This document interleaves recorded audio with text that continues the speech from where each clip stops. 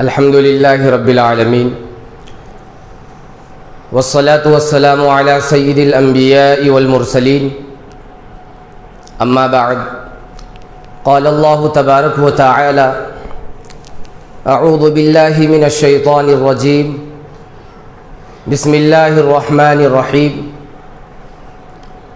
والعصر ان الانسان لفی خسر الا الذین آمنوا وعملوا الصالحات وتواصوا بالحق وتواصوا بالصبر صدق اللہ العظیم۔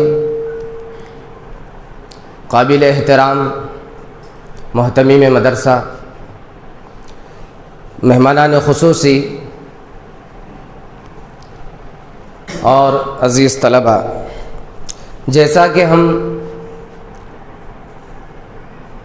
بہت اچھے طریقے سے یہ جانتے ہیں کہ آج ہم یہاں بیٹھے ہوئے ہیں، آج کی اس مجلس میں جو کہ تکمیل حفظ القرآن کے موقع سے یہ منعقد کی گئی ایک مجلس ہے، جس میں دارالعلوم اشاعت القرآن میں 2 طلباء نے اپنے حفظ کی تکمیل کی ہے۔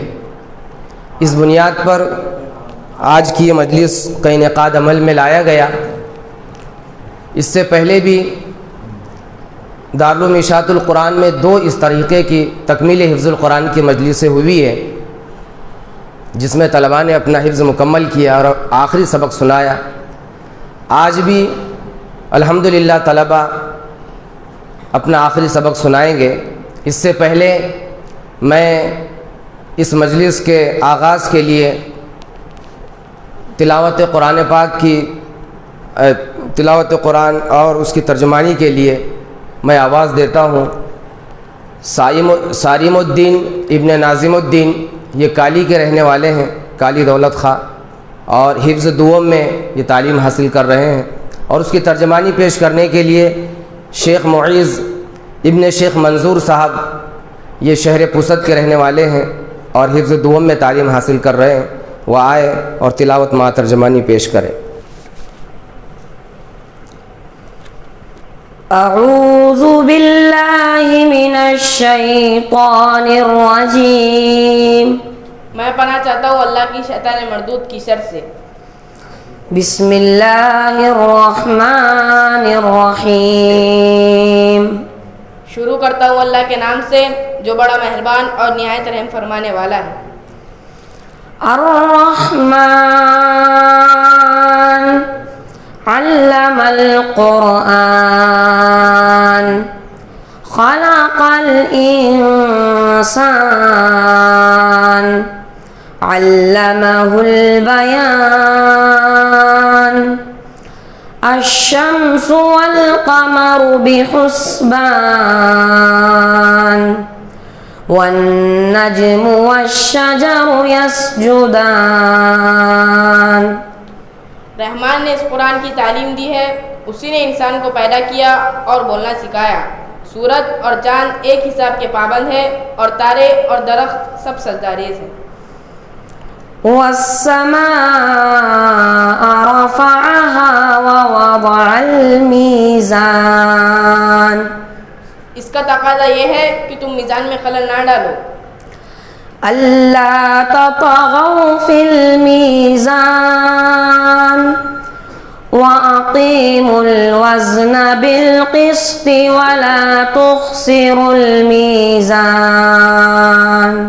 اس کا تقاضا یہ ہے کہ تم میدان میں خلل نہ ڈالو، انصاف کے ساتھ ٹھیک ٹھیک تولو اور ترازو میں ڈنڈی نہ مارو۔ والأرض وضعها للأنام، زمین کو اس نے سب مخلوقات کے لیے بنایا۔ فيها فاكهة والنخل ذات الأكمام والحب ذو العصف والريحان، اس میں ہر طرح کے بکثرت لذیذ پھل ہے، کھجور کے درخت ہے جن کے پھل غلافوں میں لپٹے ہوئے ہیں، طرح طرح کے غلے ہیں جن میں بھوسا بھی ہوتا ہے اور دانہ بھی۔ فَبِأَيِّ آلَاءِ رَبِّكُمَا تُكَذِّبَانِ، پس اے جن و انس تم اپنے رب کی کن کن نعمتوں کو جھٹلاؤ گے؟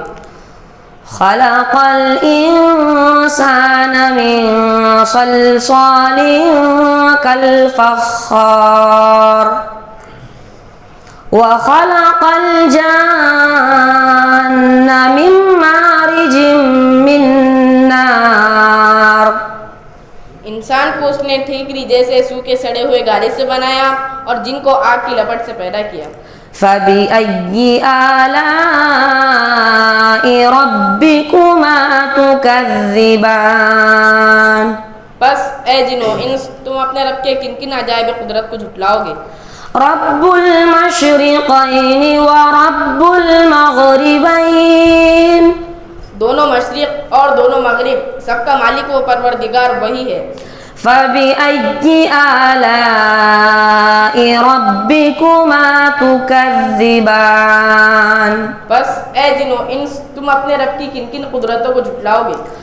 مرج البحرین یلتقیان بینہما برزخ لا یبغیان. دو سمندروں کو اس نے چھوڑ دیا کہ باہم مل جائے، پھر بھی ان کے درمیان ایک پردہ حائل ہے جس سے وہ تجاوز نہیں کرتے. فَبِأَيِّ آلَاءِ رَبِّكُمَا تُكَذِّبَانِ. بس اے جن و انس تم اپنے رب کے کن کن کرشموں کو جھٹلاؤ گے. يخرج منهما اللؤلؤ والمرجان. ان سمندروں سے موتی اور مونگے نکلتے ہیں. فَبِأَيِّ آلَاءِ رَبِّكُمَا تُكَذِّبَانِ. بس اے جن و انس تم اپنے رب کے کن کن کمالات کو جھٹلاؤ گے. وَلَهُ الْجَوَارِ الْمُنشَآتُ فِي الْبَحْرِ كَالْأَعْلَامِ. اور یہ جہاز اسی کے ہے جو سمندر میں پہاڑوں کی طرح اونچے اٹھے ہوئے ہیں. فَبِأَيِّ آلَاءِ رَبِّكُمَا تُكَذِّبَانِ. بس اے جن و انس تم اپنے رب کے کن کن احسانات کو جھٹلاؤ گے. كل من عليها فان ويبقى وجه ربك ذو الجلال والإكرام. ہر وہ چیز جو اس زمین میں ہے فنا ہونے والی ہے، صرف تیرے رب کی جلیل و کریم ذات ہی باقی رہنے والی ہے. فَبِأَيِّ آلَاءِ رَبِّكُمَا تُكَذِّبَانِ. بس اے جن و انس تم اپنے رب کے کن کن احسانات کو جھٹلاؤ گے. صدق اللہ العظیم. سچ فرمایا اللہ رب العزت نے جو بڑی عظمت والا ہے. ماشاء اللہ.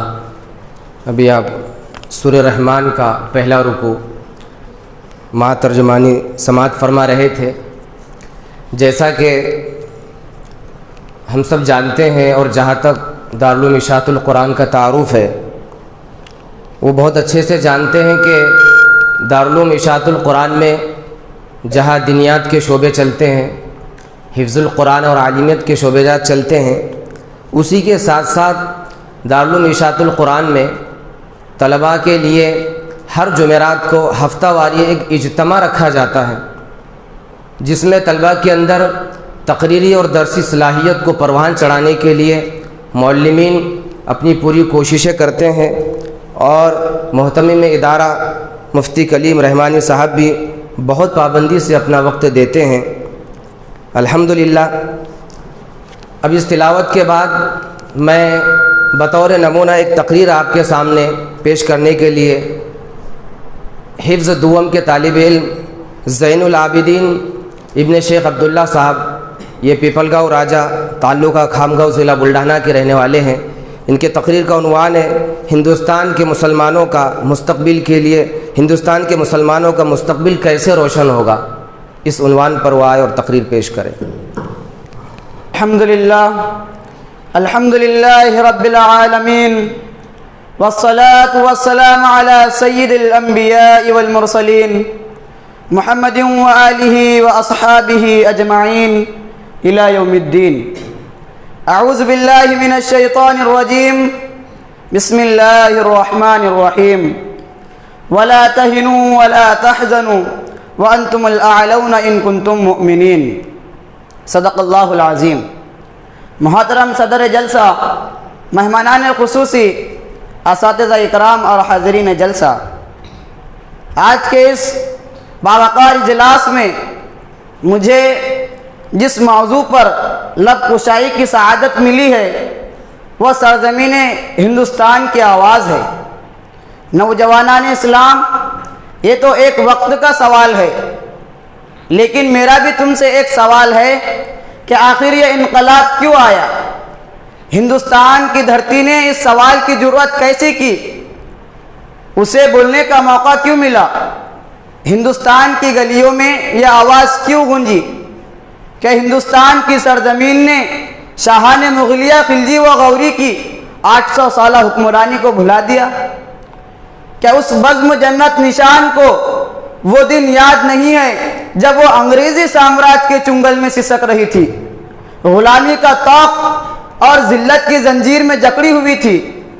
اس کے عظمت و تقدس کو پامال کیا جا رہا تھا، امن و امان کا خاتمہ ہو چکا تھا۔